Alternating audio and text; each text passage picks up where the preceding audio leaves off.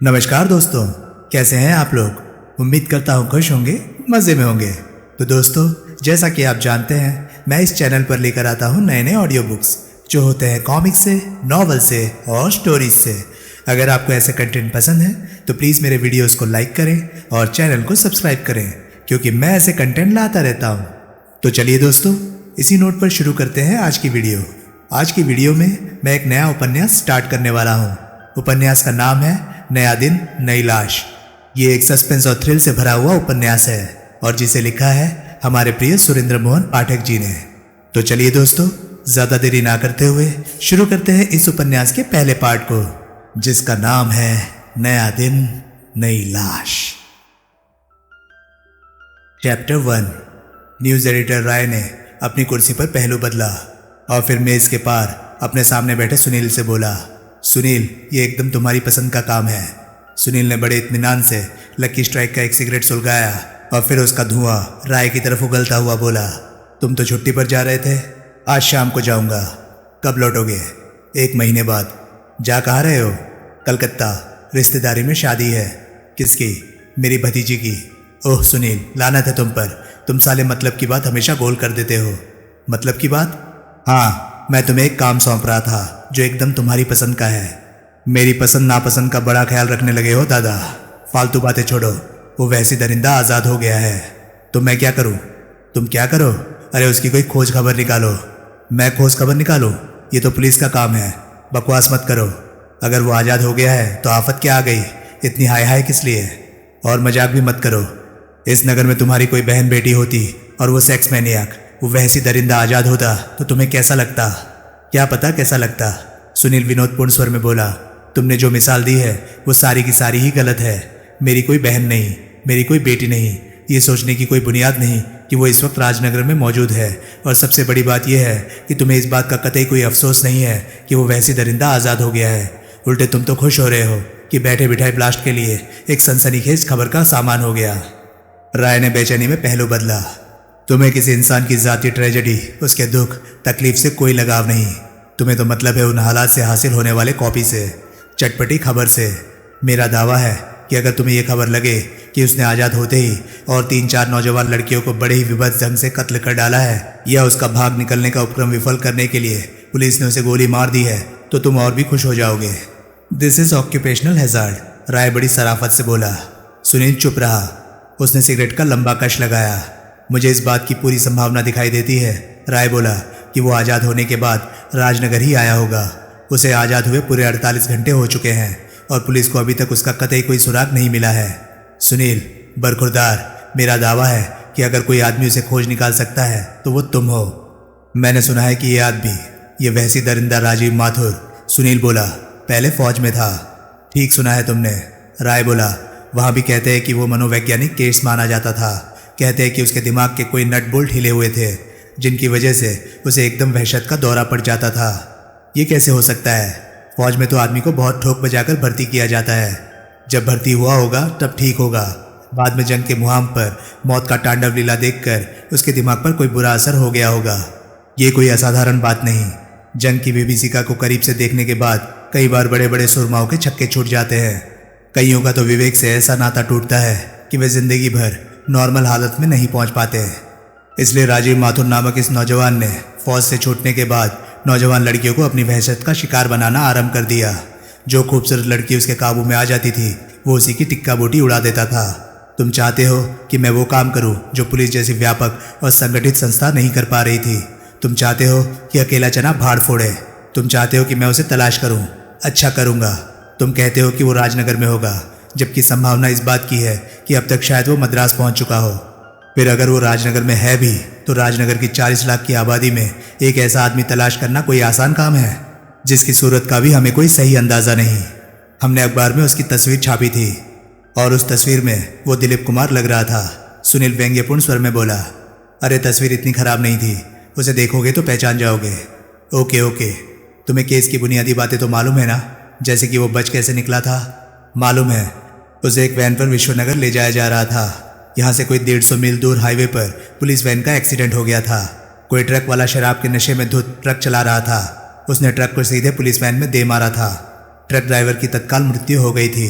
एक हवलदार ने घटनास्थल पर ही दम तोड़ दिया था और दूसरा बड़ी ही नाजुक हालत में अस्पताल में पड़ा है। उनके साथ जो सब इंस्पेक्टर था उसकी एक टांग टूट गई है और 3-4 पसलियां चटक गई हैं। राजीव माथुर वहां से फरार हो गया है, जिससे ये जाहिर होता है कि उसे कोई गंभीर चोट नहीं लगी। और अब तुम चाहते हो कि उस खतरनाक फरार मुजरिम को खोज निकालने का करिश्मा साज काम मैं करूं। ठीक, राय बोला। उसने अपने सामने पड़े कुछ कागजों में से एक कागज छांटकर अलग किया। इस कागज पर मैंने उसकी पृष्ठभूमि से संबंधित कुछ बातें लिख दी हैं। तुम जानते ही हो कि वो 3 नौजवान लड़कियों का बड़े विभत्स ढंग से कत्ल कर चुका है। तीनों लड़कियों को कत्ल करने का अंदाज इतना मिलता जुलता था कि पुलिस ने सहज ही यह नतीजा निकाल लिया था कि उन तीनों कत्लों के लिए एक ही आदमी जिम्मेदार था, और वो आदमी, जैसा कि बाद में जाहिर हुआ था, राजीव माथुर था।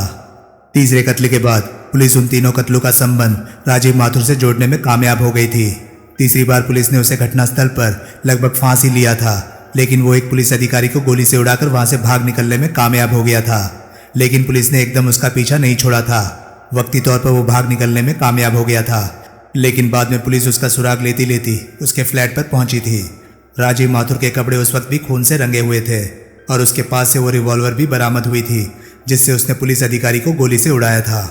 राय ने वो कागज हाथ आगे बढ़ाकर सुनील को थमा दिया और फिर बोला, इस पर मैंने उन तमाम लोगों के नाम और पते लिख दिए हैं जिनसे संबंध स्थापित करने की कोशिश राजीव माथुर कर सकता है। साथ ही तुम देखोगे कि मैंने उन गवाहों के नाम पते भी लिख दिए हैं जिन्होंने मुकदमे के दौरान उसके खिलाफ गवाहियां दी थी।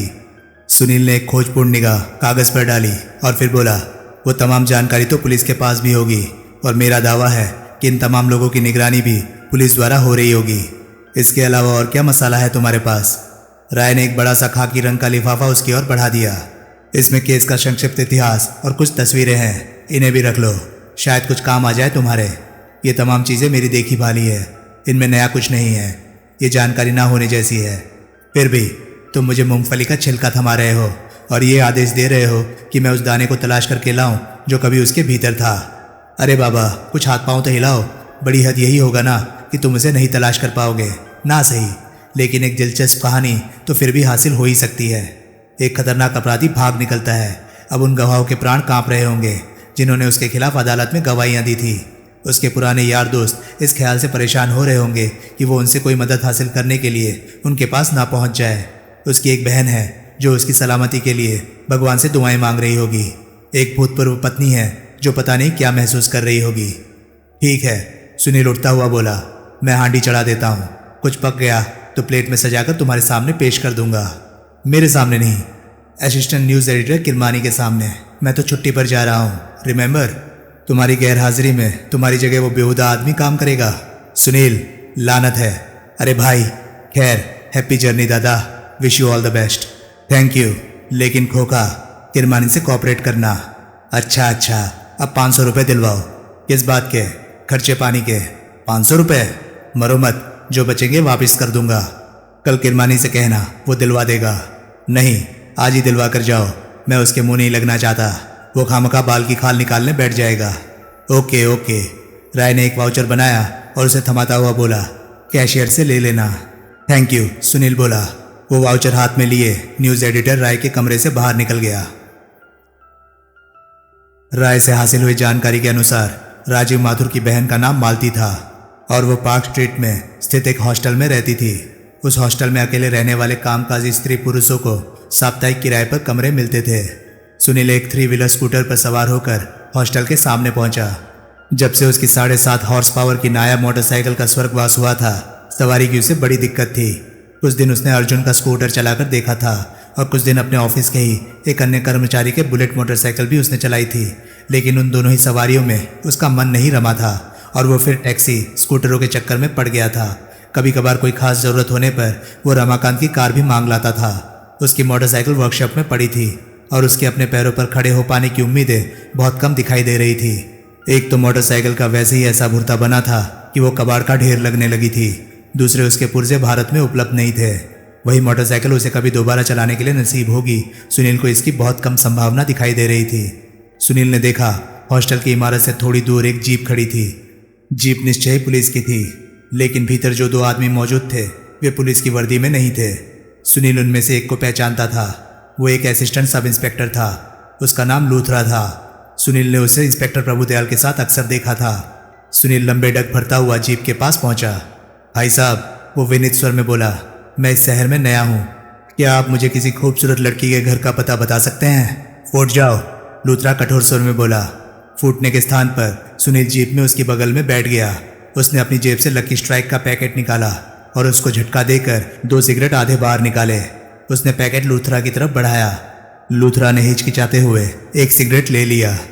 उसने लूथरा के साथी को भी एक सिगरेट दिया, एक खुद लिया और फिर लाइटर निकालकर तीनों सिगरेट सुलगाए। निगरानी हो रही है, सुनील ढेर सारा धुआं उगलता हुआ बोला। इंस्पेक्टर प्रभुदयाल का ख्याल है, लूथरा धीरे से बोला, कि राजीव माथुर अपनी बहन से संपर्क स्थापित कर सकता है। अच्छा, फिर तो चौकस रहना प्यारेलाल, कहीं सो मत जाना। तुम जानते ही हो कितना जालिम आदमी है वो। कहीं ऐसा ना हो कि कल तुम्हारी टांगे एक गली में पड़ी मिले और सिर किसी लिफाफे में बंद किसी तीसरी गली में रखे ड्रम में पड़ा मिले। लूथरा के शरीर में झुरझुरी दौड़ गई। वो बोला, छोड़ो यार, उस आदमी की हरकतों का तो ख्याल करके ही मेरे छक्के छूट जाते हैं। मैं ऐसे लोगों से निपट सकता हूँ जो दौलत के लिए या अपने किसी और फायदे के लिए या गुस्से में आकर कत्ल करते हो, लेकिन ऐसा कोई आदमी मेरी कल्पना से परे है जो इसलिए कत्ल करता हो क्योंकि कत्ल करने में उसे मजा आता है। It takes all kind of people to make this world, Sunil दार्शनिक भाव से बोला। तुम यहाँ कैसे आए हो? मकान मालिक ने फ्लैट खाली करने का नोटिस दे दिया है। यहाँ एक कमरा हासिल होने की उम्मीद में आया हूँ। लूथरा ने संदिग्ध भाव से उसकी ओर देखा। चले प्यारेलाल, सुनील बोला और जीप से उतर गया। वो हॉस्टल की इमारत के सामने पहुंचा और भीतर दाखिल हुआ। दरवाजे की बगल में एक केबिन था जिस पर ऑफिस लिखा था। सुनील शीशे का दरवाजा ठेलकर भीतर दाखिल हुआ। भीतर एक मेज के पीछे एक बहुत ही नाजुक सा वृद्ध बैठा था। उसने अपनी नाक पर टिकाए मोटे शीशे वाले चश्मे के पीछे से सुनील को देखा। कोई कमरा खाली है साहब? सुनील ने पूछा। आपको चाहिए? वृद्ध ने पूछा। हाँ है, दूसरी मंजिल पर, कमरा नंबर 215, किराया 75 रुपये हफ्ता। जरा मैं कमरा देख सकता हूँ? जरूर, वृद्ध बोला। उसने मेज के दरवाजे में से एक चाबी निकाली और उठ खड़ा हुआ। सुनील उसके साथ रेलिंग लगी सीढ़ियां चढ़ता हुआ दूसरी मंजिल पर पहुंचा। वृद्ध ने चाबी लगाकर एक कमरा खोला और भीतर की बत्ती जला दी। सुनील ने देखा कमरा छोटा लेकिन साफ सुथरा था। पिछली दीवार में एक बड़ी सी खिड़की दिखाई दे रही थी। बाईं ओर एक दरवाजा था जो बंद था। सुनील ने उसे खोलने की कोशिश की तो वो नहीं खुला। जरूर वो दूसरी तरफ से बंद था। ये दरवाज़ा इस्तेमाल नहीं होता, वृद्ध ने बताया, इसलिए स्थायी रूप से बंद है। ये इस कमरे को बगल के कमरे से जोड़ता है। बगल के कमरे में रहता है कोई? सुनील ने पूछा। हाँ, एक मालती माथुर नाम की लड़की है। अग्रवाल डिपार्टमेंट स्टोर में काम करती है। बड़ी नेक लड़की है। आई सी, सुनील बोला। उसने जेब में से पर्स निकाला। उसमें से 75 रुपये निकालकर वृद्ध को थमा दिए। उसी क्षण खुले दरवाजे के आने से एक लंबी, ऊंची, खूबसूरत लड़की गुजरी। अगले ही क्षण बगल के कमरे के दरवाजे पर लगे ताले में चाबी घूमने की और फिर दरवाज़ा खुलने और बंद होने की आवाज़ आई। वृद्ध ने चाबी सुनील को सौंप दी। मैं तुम्हें रसीद ला के देता हूँ, आप तकलीफ मत कीजिए, सुनील बोला। मैं जब नीचे आऊँगा तो रसीद ले लूँगा। ठीक है। वृद्ध जाने के लिए घूमा, ठिठका और फिर बोला, मेरा नाम काशीनाथ है, मैं यहाँ का मैनेजर हूँ। आपसे मिलकर बहुत खुशी हुई काशीनाथ जी। तुमने मुझे अपना नाम नहीं बताया। बंदे को सुनील कहते हैं, सुनील कुमार चक्रवर्ती। अच्छा, नीचे आकर रसीद ले जाना और रजिस्टर की खाना पूरी कर देना। अच्छा। वृद्ध चला गया। सुनील कमरे में ठिठका खड़ा रहा। बगल के कमरे से उसे चहलकदमी की आहट मिल रही थी। वो बीच के बंद दरवाजे के पास पहुंचा। वो नीचे बैठ गया और दरवाजे में बने चाबी के छेद का निरीक्षण करने लगा। चाबी का छेद लगता था मोम या ऐसी ही किसी चीज से बंद कर दिया गया था। दरवाजे के नीचे फर्श और दरवाजे के बीच में एक पतली सी झीरी थी जिसमें से बगल के कमरे में रोशनी का आभास मिल रहा था, लेकिन उसमें से दूसरी तरफ झांक पाना असंभव था। सुनील सीधा खड़ा हो गया। उसने सिगरेट सुलगा लिया और सोचने लगा, क्या तरीका हो सकता था उस लड़की से संपर्क बनाने का? क्या वो सीधे ही जाकर उसका दरवाज़ा खटखटा दे और उसे अपना वास्तविक परिचय दे दे? नहीं, शायद वो किसी प्रेस प्रतिनिधि से बात करना पसंद न करे, या वो अभी इंतजार करे और स्वाभाविक तरीके से उससे दोस्ती हो जाने की प्रतीक्षा करे। तभी उसे सीढ़ियों पर से किसी के ऊपर आते कदमों की आहट मिली। सुनील ने दरवाजे की ओर से बाहर झांका। एक बेल बॉटम जीन्स और एक हाईनेक का पुलोवर पहने एक लंबी ऊंची कद्दावर लड़की उस मंजिल पर पहुंची और तेज कदमों से सुनील के दरवाजे से आगे निकल गई। फिर सुनील को बगल के दरवाजे पर दस्तक पड़ने की आवाज़ आई। कौन? कमरे के भीतर से पूछा गया। मालती, दूसरी आवाज़ आई। मैं हूँ सरला। फिर दरवाज़ा खुलने और बंद होने की आवाज़ आई। सुनील फिर बीच के दरवाजे के पास पहुंचा और कान लगाकर सुनने की कोशिश करने लगा। दूसरी ओर से वार्तालाप की बहुत धीमी आवाजें आ रही थी। मालती, क्या बहुत तंग किया उन लोगों ने? हाँ, कभी पुलिस वाले आ धमकते हैं तो कभी अखबार वाले। यहाँ अकेली रहोगी तो यही कुछ होगा। देखो, मैंने पापा से बात कर ली है और अब मैं तुम्हारा कोई विरोध नहीं मानूंगी। तुम यहाँ से अपना बोरिया बिस्तर गोल करो और चलकर हमारे साथ रहो। फिलहाल ये मुमकिन नहीं, अभी मुझे मजबूरन यहाँ रहना होगा। राजीव को मेरा यही पता मालूम है। जब तक मुझे इस बात की संभावना दिखाई देती रहेगी कि शायद वो मुझसे संपर्क स्थापित करे, तब तक मैं यहाँ से नहीं जाऊंगी। लेकिन मालती, वो यहाँ नहीं आएगा। आएगा तो भारी गलती करेगा। पुलिस इस इमारत की निगरानी जो कर रही है, और फिर अपना भी तो ख्याल करो। तुम एक इतने नृशंस हत्यारे की खातिर, वो हत्यारा नहीं है। एक तीव्र विरोधपूर्ण स्वर सुनाई दिया। तुम कुछ भी कहो, दुनिया कुछ भी कहे, पुलिस कुछ भी कहे, लेकिन मैं जानती हूँ, मेरा दिल जानता है कि मेरा भाई हत्यारा नहीं है। ये हो ही नहीं सकता कि ये हत्याएं उसने की हो। छोड़ो, कोई और बात करो। क्या बात करूं? आज डिनर के लिए तो तुम्हें हमारे यहाँ आना ही होगा। आगे के वार्तालाप में भी बार बार राजीव माथुर का जिक्र आए बिना ना रह सका। मालती बार बार जोर देती रही कि उसका भाई हत्यारा नहीं हो सकता था, लेकिन सरला की प्रतिक्रिया से साफ जाहिर हो रहा था कि वो मालती की बातों से कतई आश्वस्त नहीं थी। एक बार मालती ने यह भी कहा कि प्रेस रिपोर्टर डिपार्टमेंट स्टोर के गिर्द भी मंडरा रहे थे। हर कोई उसका इंटरव्यू लेने का इच्छुक था। जवाब में सरला ने कहा कि वो पापा से कहकर उसे डिपार्टमेंट स्टोर से कुछ दिन की छुट्टी दिला देगी। इसका मतलब था कि कथित पापा का डिपार्टमेंट स्टोर से कोई गहरा संबंध था। फिर वार्तालाप समाप्त हो गया। सुनील को लगा कि वे दोनों वहां से रवानगी की तैयारी कर रही थी। वो अपने कमरे से निकला। उसने दरवाजे को ताला लगाया और सीढ़ियां उतरकर नीचे आ गया।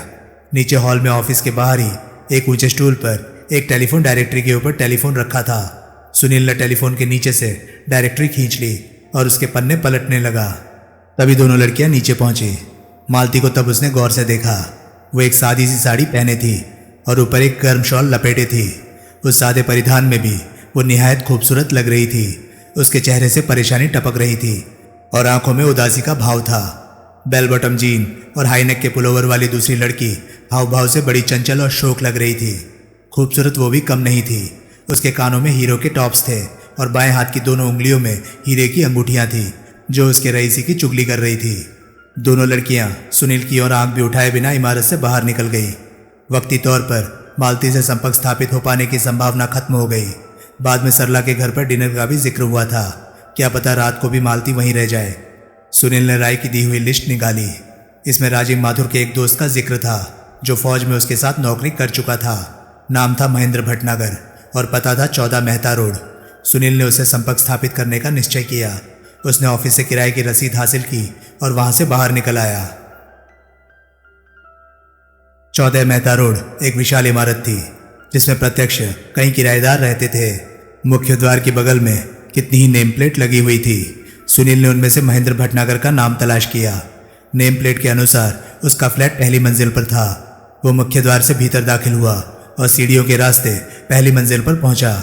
वहां एक दरवाजे पर उसे महेंद्र भटनागर की एक और नेम प्लेट लगी दिखाई दी। सुनील ने घंटी बजाने के लिए हाथ बढ़ाया ही था कि एकाएक भड़ाक से दरवाजा खुला और एक युवती बगुले की तरह बाहर निकली। उसके चेहरे से साफ जाहिर हो रहा था कि वो रो रही थी। उसने एक उड़ती सी निगाह सुनील पर डाली और फिर सीधी सीढ़ियों की ओर बढ़ गई। सुनील कुछ क्षण ठिठका खड़ा रहा। फिर उसने कॉल बेल बजाई। तुरंत खुले दरवाजे की चौखट पर एक आदमी प्रकट हुआ। वो एक साधारण सकल सूरत का और साधारण कद काट का आदमी था और उस वक्त यूं सजा धजा खड़ा था जैसे कहीं जाने की तैयारी कर रहा हो। मैं महेंद्र भटनागर से मिलना चाहता हूँ। सुनील अपने होठों पर एक मीठी मुस्कान लाता हुआ बोला। मैं हूँ महेंद्र भटनागर। वो आदमी बोला। ओह, सुनील बोला, क्या मैं आपसे 1 मिनट बात कर सकता हूँ? पुलिस वाले हो या अखबार वाले? सुनील सकपकाया, फिर सहज स्वर में बोला, अखबार वाला। मैं ब्लास्ट का स्पेशल कॉरेस्पॉन्डेंट हूँ। आओ। भटनागर उसे एक सजी सजाई बैठक में ले आया। तुम भी राजीव माथुर के बारे में ही कोई सूत्र लेने यहाँ आए होंगे? जी हाँ। आपकी तो उससे अच्छी दोस्ती थी। हाँ। आप दोनों फौज में इकट्ठे नौकरी कर चुके हैं।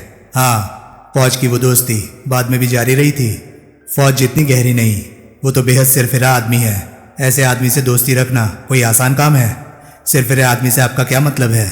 भाई, सिरफिरे का मतलब सिरफिरा, ऐसा आदमी जिसका सिर फिर जाए, जिसकी मति भ्रष्ट हो जाए, जिसका विवेक से नाता टूट जाए, युद्ध का हाहाकार जिसके मानसिक शक्तियों पर इतना भारी गुजरे कि वो पागल हो जाए।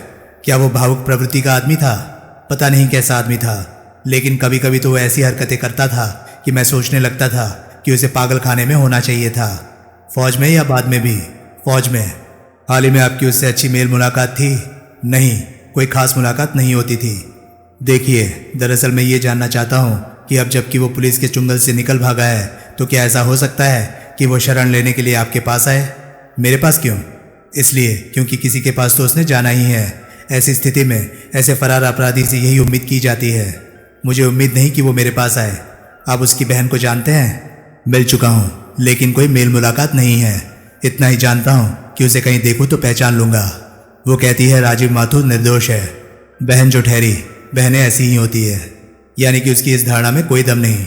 ना जी, मेरा तो दावा है कि ये कत्ल उसी ने किए हैं। सिरफिरा तो वो था ही। इस बार उसके दिमाग की चूलें ज़रा ज़्यादा हिल गई होंगी। आप उसके दिमाग में जो नुक्स बताते हैं, अगर उस पर गौर न किया जाए तो कैसा आदमी था वो? फिर तो अच्छा ही था। बुनियादी तौर पर तो सभी आदमी अच्छे ही होते हैं। आपको इस बात की कतई उम्मीद नहीं कि वो मदद के लिए आपके पास आएगा? ना। आप उसकी बीवी को जानते हैं? जानता हूँ। जब हत्याओं का ये सिलसिला शुरू हुआ था तो उसकी बीवी उसके साथ रहती थी? नहीं, तब तक वे अलग हो चुके थे। क्या वो उसके पास जा सकता है? मुझे उम्मीद नहीं। जहाँ तक मुझे मालूम है, उन दोनों के बीच में हमदर्दी का कोई जज्बा बाकी नहीं बचा था। वे अलग क्यों हुए थे? वो औरत ठीक नहीं थी। मतलब ये कि अपने पति की पीठ के पीछे गैर मर्दों से आशनाई से उसे कोई गुरेज नहीं था। उसकी किसी और मर्द में दिलचस्पी थी? उसकी हर गैर मर्द में दिलचस्पी थी। इन्हीं बातों पर मियाँ बीवी में तकरार होती थी। फिर झगड़ा फसाद इस हद तक बढ़ा कि उसकी बीवी उससे अलग रहने लगी। विधिवत तलाक नहीं हुआ, नौबत ही नहीं आई। तभी राजीव माथुर पागल हो गया और उसने कत्ल करने शुरू कर दिए। ठीक रहता तो तलाक तो होता ही।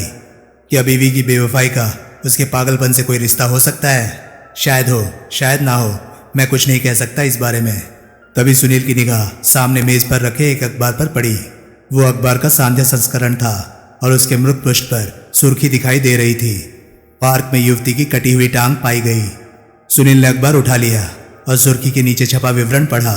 उस खबर के अनुसार राजनगर के सेंट्रल पार्क में एक कटी हुई टांग पड़ी पाई गई थी, जो निश्चय ही किसी नौजवान लड़की की थी। पुलिस के एक प्रवक्ता ने यह संभावना व्यक्त की थी कि यह काम भी उसी वहसी दरिंदे राजीव माथुर का था, जो कि 2 दिन पहले पुलिस की गिरफ्त से निकल भागा था। सुनील ने अखबार मेज पर रख दिया और भटनागर से पूछा, आपने पढ़ी ये खबर? हाँ, भटनागर बोला, पढ़ी है।